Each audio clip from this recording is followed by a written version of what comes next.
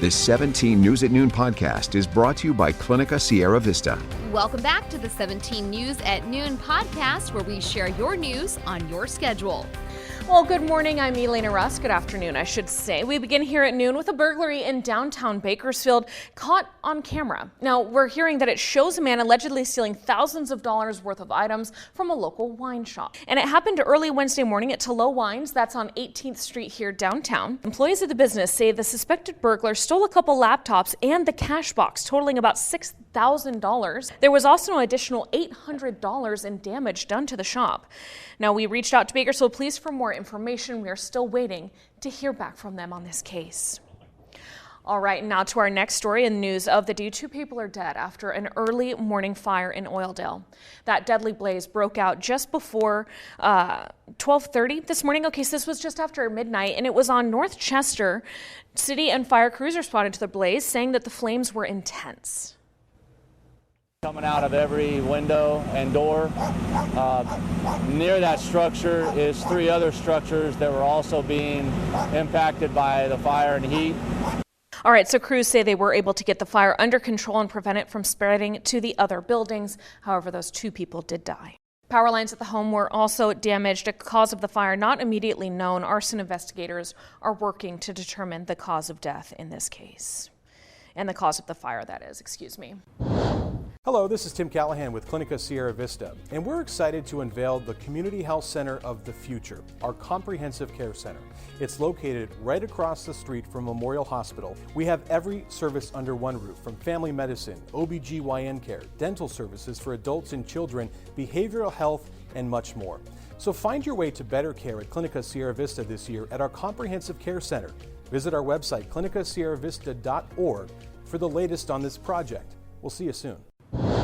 An investigation is underway at Kern Valley State Prison after an inmate was found unresponsive in his cell.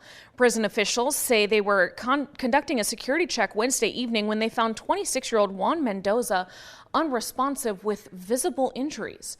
Juan Mendoza was found in the cell he shared with Jorge Mendoza. It is unknown what the relationship, if any, could be between the two. Medical staff attempted life-saving measures, but Juan Mendoza later died. Now, Jorge Mendoza, that cellmate, was removed from the cell and has been rehoused at the institution's administrative segregation unit pending the investigation and the outcome. Now to the latest in the coronavirus. The Centers for Disease Control and Prevention says it is ending a policy that limited asylum at the U.S.-Mexico border to prevent the spread of COVID-19. The use of public health powers has been widely criticized by Democrats and immigration advocates as an excuse for the United States to shirk its obligations to provide haven to people fleeing persecution. The policy will end on paper today, April 1st, but it will not take effect until next month, May 23rd, to allow border officials more time to prepare. The decision is expected to draw more migrants to the U.S.-Mexico border, but the policy was increasingly hard to justify scientifically as restrictions ended across the U.S. as the pandemic is winding down. Now, the number of hospitalizations across the U.S. due to the coronavirus has hit a new low. According to an NBC News analysis of data from the Department of Health and Human Services, admissions for COVID-19 related illnesses have fallen 32% in the last 2 weeks. Hospitalizations fell to about 16,000, lower than the previous low before the Delta wave in June. Hospitalization figures from the past few days could change slightly, though, as hospitals finalize their numbers. Wyoming has the lowest rate of COVID hospitalization, with only 9 reported on Thursday. Good news there. All right, the House has approved a bill decriminalizing marijuana and letting states set their own policies on the drug. The bill does face an uphill battle in the Senate and is expected to unlikely become law. But this morning's vote does give lawmakers the chance to show their views on the legalization trend spreading across the country. 37 states and the District of Columbia allow the medical use of cannabis products, while 18 states and the District of Columbia allow for recreational use for marijuana. Democrats said the federal prohibition on marijuana has had particularly devastating consequences for minority communities. Republicans mostly opposed the bill and called it a distraction from more pressing issues. All right, let's get to some lighter news. Happening today, the Kern County Career Expo and STEMposium have joined forces this year to give local students a closer look at the STEM careers of the future.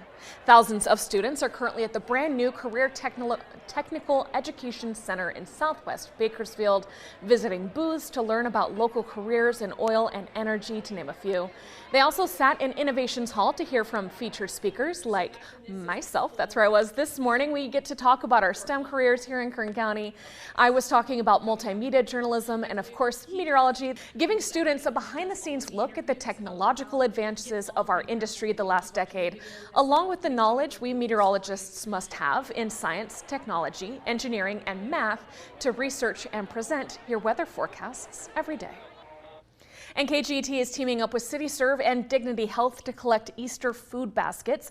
So if you're doing your shopping this weekend, please help us. We're collecting some items for underprivileged families in our community to enjoy a traditional Easter dinner, including a 5-pound canned ham, instant potatoes, canned corn and green beans, and then of course other staple pantry items that are sometimes considered a luxury for those in need, like cereal and peanut butter and jelly. You can drop off your filled Easter food baskets anytime between now and April 14th here at our KGET lobby. We're at the corner of 22nd and L Streets downtown. For the full list of food requests to fill those baskets, please visit our website, kget.com. For 4 seasons, Taze Moore electrified the Icardo Center with a series of sensational dunks. His highlight-worthy play earned all conference honors and even a scholarship to perennial powerhouse Houston.